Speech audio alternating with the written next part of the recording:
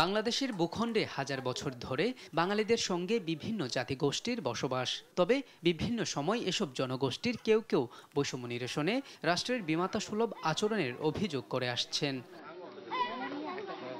কিন্তু দেশের সংবিধান সব নাগরিকদের সম অধিকার নিশ্চিতের কথা বলে।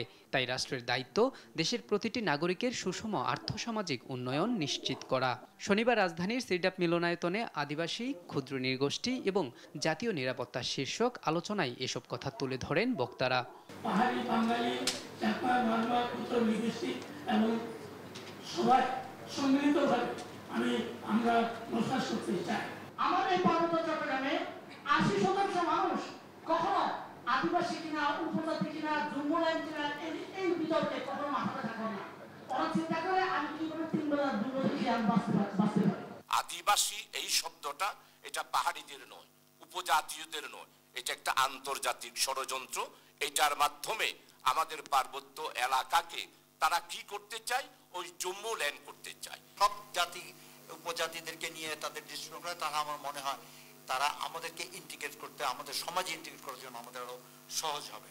আর পার্বত্য অঞ্চল নিয়ে দীর্ঘদিন ধরে দেশি বিদেশি ষড়যন্ত্র চলছে জানিয়ে বিএনপির স্থায়ী কমিটির সদস্য সালাহ উদ্দিন আহমেদ বলেন, রাষ্ট্রের অখণ্ডতা ধরে রাখতে জাতি, ধর্ম, বর্ণ নির্বিশেষে সবাইকে ঐক্যবদ্ধ থাকতে হবে।